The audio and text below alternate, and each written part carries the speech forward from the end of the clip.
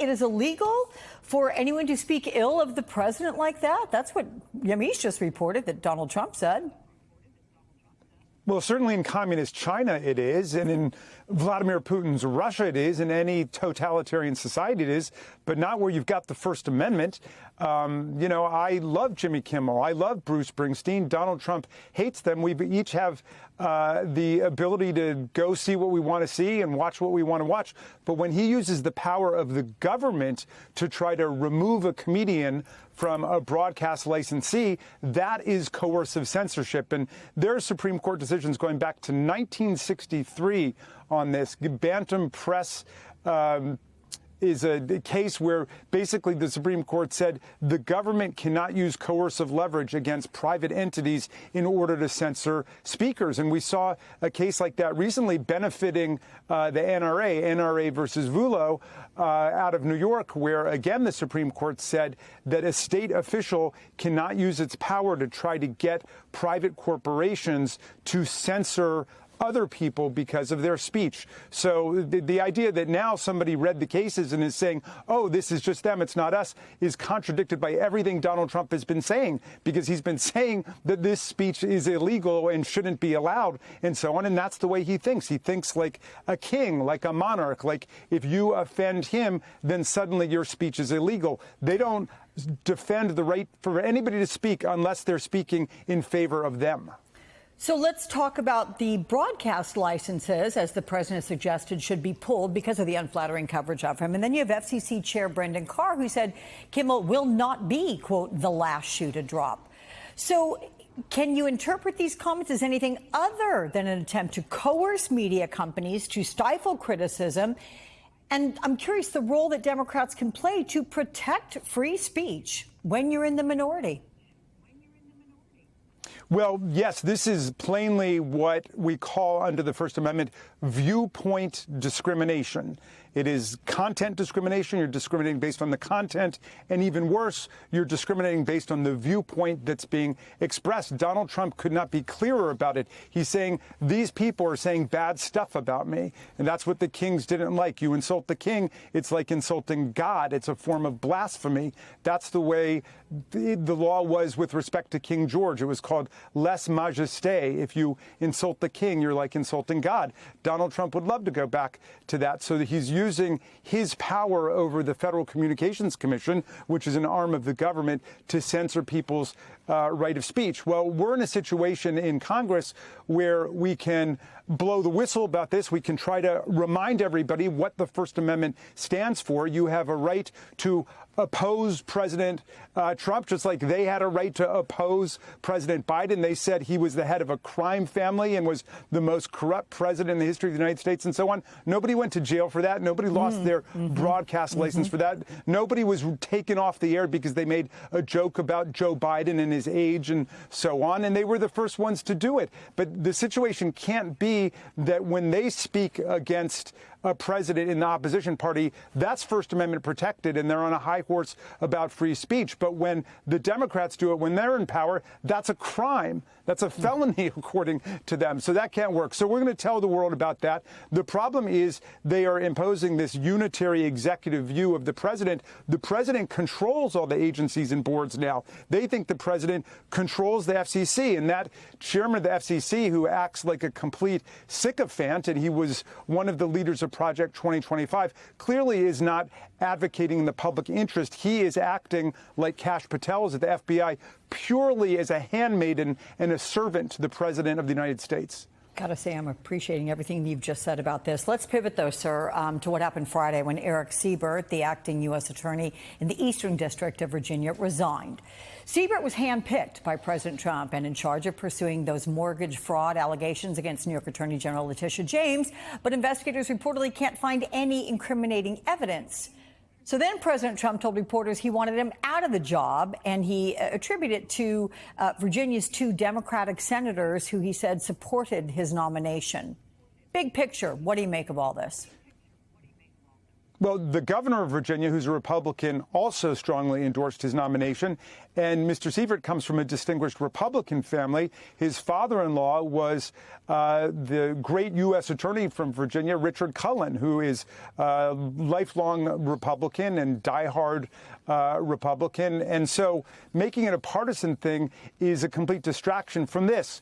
The Department of Justice brings prosecutions when there is probable cause that someone has committed a crime based on actual evidence. So that U.S. attorney, who was nominated by Donald Trump himself, said, we don't have a sufficient quantum of evidence. For all we know, there might not be any evidence that there was a crime. In any event, he said, we're not going forward. So Donald Trump, instead of accepting the verdict of the Department of Justice and the U.S. attorney for the Eastern District of Virginia, simply says, that person is against me. I'm going to sack that person. I'm going to override the decision of the Justice Department. And I'm going to say, l'état c'est moi. The state is me. That includes the Justice Department. And I want to attack this person who I consider a political enemy. I mean, so it's really more of the same in terms of his treatment of ABC and the comedians and the broadcast networks. He thinks he controls everything like a king. And that's why we need everybody, forget political party, forget political ideology, to stand up for the independence of the Department of Justice and the U.S. Attorney's offices and the freedom of speech and the freedom of press. Everything is under attack at this point. You sparred, sir, with FBI Director Kash Patel during his testimony before the House Judiciary Committee this week. You were grilling him over why he has not released the names of Epstein's co-conspirators, even though the FBI continued its investigation into Epstein's associates after his death. We're going to play some of that testimony right now. Take a listen. Have you released all of the stuff that the FBI has seized from Epstein's house? The computers, the emails, the file cabinets, the documents? What about the financial records? Have you released all of that? Everything the court has allowed us to release. Which court are you talking about? 3 separate federal courts have come in and said... We're talking about the evidence you've got. It's got nothing to do with what those courts have. Do you have any idea how the law works? Wait, do you want me to break the law in a federal judge's order? No, I want you to follow your own word, Director Patel. So how do you respond to Patel saying that the agency has released everything that he has direct control over and can lawfully release? Utter nonsense. We debunked it and refuted it at every point. My colleague Eric Swalwell dismantled that. So did Dan Goldman. But we're going to continue to show that's not what's in those court orders. Those court orders are about the very discrete the evidence, not much, of dozens of pages perhaps, that were in the cases against Maxwell and against Epstein.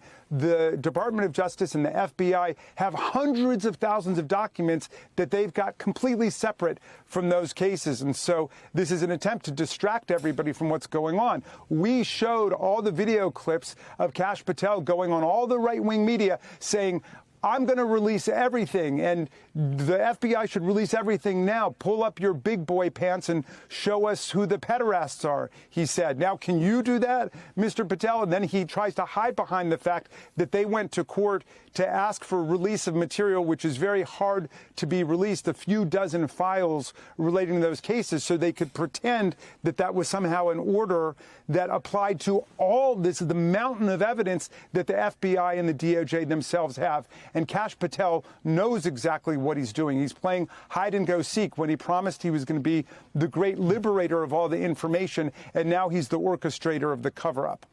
So the Oversight Committee interviewed former U.S. Attorney Alex Acosta on Friday. He's the one, of course, who oversaw Epstein's 2008 plea deal that shielded him from federal charges. It did send him to prison, but only for 13 months. And this despite the allegations of abuse by dozens of women.